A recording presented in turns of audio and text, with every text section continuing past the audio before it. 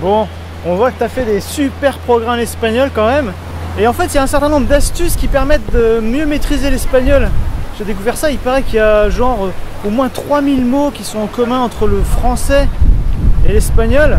Ouais, exactement, en commun ou très proche en fait. Hein. Ouais. Et il y a pas mal d'astuces qui permettent justement de se rappeler facilement de ces mots. Ouais.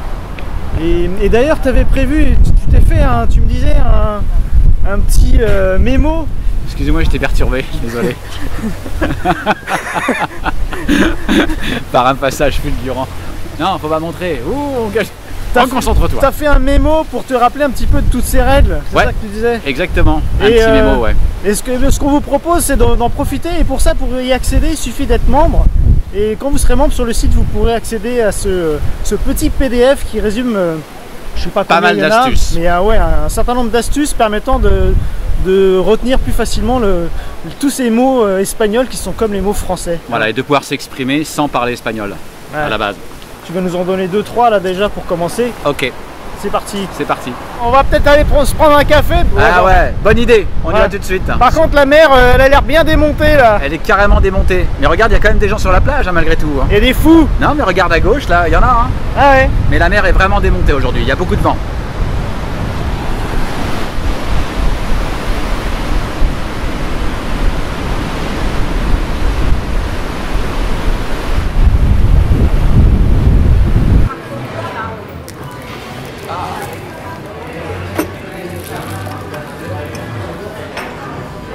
Alors il faut savoir qu'en espagnol, il y a plein d'astuces pour apprendre plus rapidement. Là, je vais déjà vous en donner 3.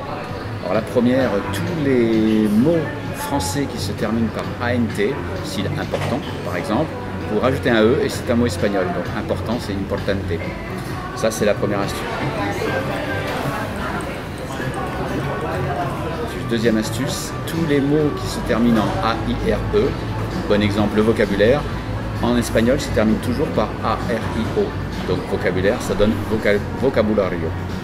Troisième astuce, tous les mots qui se terminent en T-I-O-N, par exemple information, vont se terminer en espagnol en C-I-O-N. Donc information deviendra información.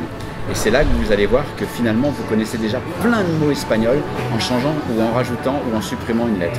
Voilà, c'était 3 petites astuces. À propos d'astuces, parce que j'en ai parlé un petit peu, je vous conseille d'aller sur le site d'Expatitude TV et jeter un coup d'œil sur notre formation qu'on vous propose. Parce qu'en fait, c'est une formation que Alexis a trouvée il y a quelques temps et qui m'a... C'était dans mes archives en fait, dans mon ordinateur depuis le début. Et j'avais complètement oublié que j'avais ça. J'étais à l'époque inscrit à un club privé, je ne vais pas rentrer dans les détails, mais en gros qui donnait accès à plein d'informations assez précieuses pour le coup. Et donc je suis retombé là-dessus et Christophe en a bien profité. Voilà, moi j'en ai profité et ça me correspondait vraiment parfaitement. Alors on a fait une belle mise à jour, on l'a remis au goût du jour, on l'a réactualisé, on a modernisé un petit peu. Et franchement je vous conseille d'aller la voir parce qu'il y a plein de bons conseils. En termes théoriques mais surtout en termes pratiques, donc pour vraiment parler espagnol, tout du moins bien se débrouiller en Espagne avec les bonnes bases tout simplement. Ouais. En fait la formation se déroule sur environ 30 jours, bah, pas environ d'ailleurs, 30 jours. Ah ouais. Il y a 30 petites leçons, il y a également des audios pour les accompagner, donc ça va vraiment tout seul, chaque jour on peut suivre un petit peu la suite de la formation. Et franchement, en 30 jours, je vais aller un peu loin en disant ça, mais vous pouvez vraiment parler en espagnol, anglais j'allais dire, n'importe quoi, espagnol, et vraiment, c'est sérieux. Hein, ouais. Bon, alors évidemment, hein, ça suit toujours la loi de Pareto. Moi j'aime bien la loi de Pareto, c'est-à-dire que en gros on fait 20% des efforts qui permettent d'obtenir 80% des résultats. Donc on vous dit pas que vous allez voir un espagnol ultra littéraire. C'est certain que non, voilà. C'est pas le but. Mais c'est un espagnol qui permet vraiment de se débrouiller au quotidien. Dans avec toutes les situations. Voilà, c'est ça, les mots essentiels, les expressions essentielles et la grammaire essentielle, sans plus, voilà. pour pouvoir vous débrouiller totalement en Espagne. Parce que comme tu me disais, tu utilises surtout le présent. Il y a... Un peu de présent, passé, futur, ça s'arrête là. C'est abordé dans la formation, mais de manière suffisante pour s'en sortir. Mais voilà, il n'y a pas besoin d'aller dans les détails. Encore une fois, c'est le 20-80. Voilà, et le vin, c'est bon. Et oui, le naturel revient au galop. Hein. On va boire un café? Allez, ouais, allez,